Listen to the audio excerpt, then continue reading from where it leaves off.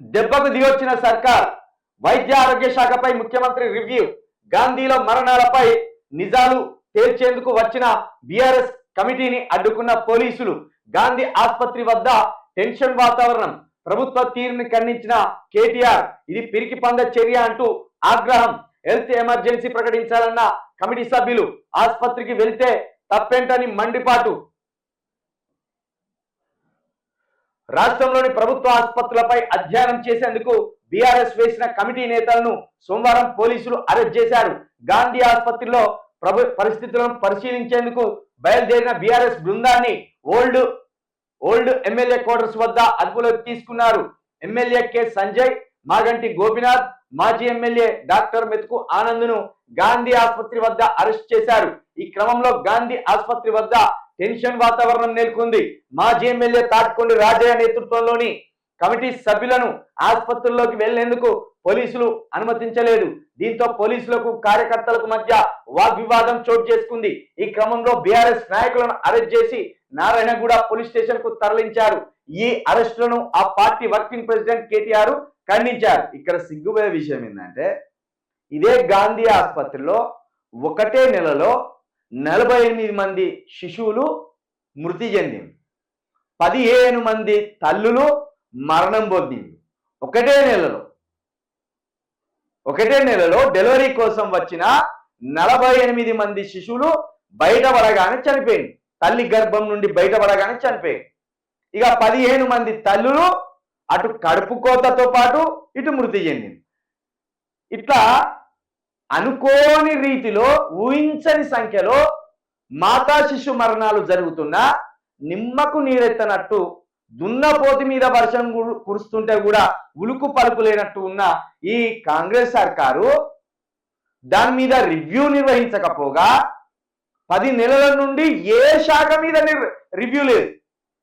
వైద్య శాఖ మీద కావచ్చు, విద్యాశాఖ మీద కావచ్చు, వ్యవసాయ శాఖ మీద కావచ్చు, ఇట్లా ఏ శాఖలు ఉంటే ఆ శాఖల మీద 10 నెలలుగా రివ్యూ లేదు.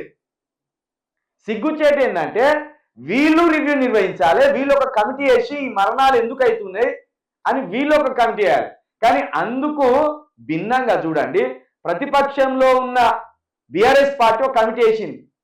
ఈ మరణాలు ఎందుకు జరుగుతున్నాయి, అసలు గాంధీ ఆసుపత్రిలో ట్రీట్మెంట్ ఎట్లున్నది, సౌకర్యాలు ఉన్నాయా, డాక్టర్లు సమయానికి వస్తున్నారా లేదా, సమయానికి ట్రీట్మెంట్ అందుతుందా లేదా అని మాజీ ఎమ్మెల్యే, మాజీ వైద్య శాఖ ఆరోగ్య మంత్రి, మాజీ వైద్య ఆరోగ్య శాఖ మంత్రి డాక్టర్ రాజయ్య, తాటికొండ రాజయ్య, స్టేషన్ గన్పూర్ మాజీ ఎమ్మెల్యే, ఆయన నేతృత్వంలో ఒక కమిటీని వేసింది. ఆ కమిటీలో ఎవరున్నారు? మెతుకు ఆనంద్ బాబు ఉన్నాడు, ఈ సంజయ్ గారు ఉన్నారు, వీళ్ళు అంటున్నారు.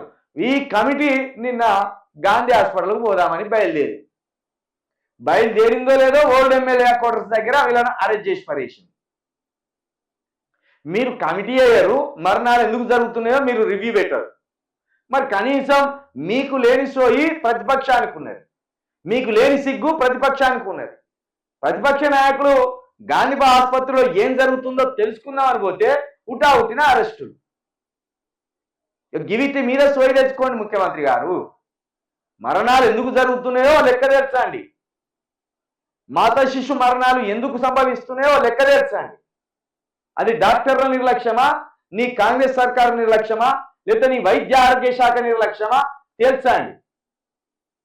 ఆ నిజాల నిగ్గు తెలిచిపోయేటోళ్ళను అనగబట్టి వాళ్ళని బంధిస్తే ఏమొస్తుంది? నువ్వు ఏకపోతివి చేసేటోని ఏనిత్తలేవా. గుద్దడానికి తన్నడానికి మాత్రం నీ ఎమ్మెల్యేలను పంపుతావు, నీ చెంచాలను పంపుతావు, మళ్ళీ పైగా తన్నడానికి నేనే పంపినా అని సిగ్గు లేకుండా ఒప్పుకుంటావు. ఇవి కదా నువ్వు తెల్చవలసినవి నిజాలు.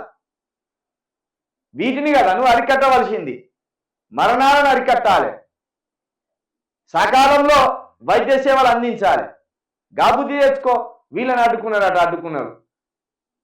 ఇది ఎంత పిరికి చర్యలు వీళ్ళే. సర్కారీ ఒక కమిటీ వేసి ఎందుకు ఏం జరుగుతుందో పోదామంటే గింత భయమా? సిగ్గులేని ప్రభుత్వం. మొత్తానికి సర్కార్ ఆ డ్రామా అయితే కట్టింది.